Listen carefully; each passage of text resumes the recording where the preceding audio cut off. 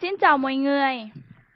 Hôm nay chúng ta cùng nhau học cách chào hỏi bằng tiếng Lào nhé.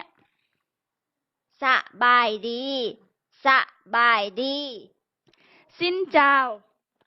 Chào sư nhăng, chào sư nhăng. Bạn tên là gì? Khuây sư và mi, khuây sư và mi. Tôi tên là My. Chào mà chắc sao, chào mà chắc sao. Bạn từ đâu đến? Khuây mà tè Việt Nam, khuây mà tè Việt Nam. Tôi đến từ Việt Nam. Chào men khôn Việt bò, chào men khôn Việt bò. Bạn là người Việt à? Men léo, khuây men khôn Việt. Men léo, khuây men khôn Việt. Đúng rồi, tôi là người Việt.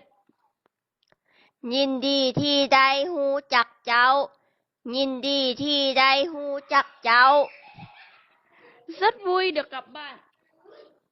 พบกันไหม พบกันไหม Hẹn gặp lại.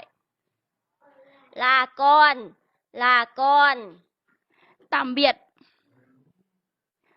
Xin trân trọng cảm ơn mọi người đã lắng nghe và theo dõi.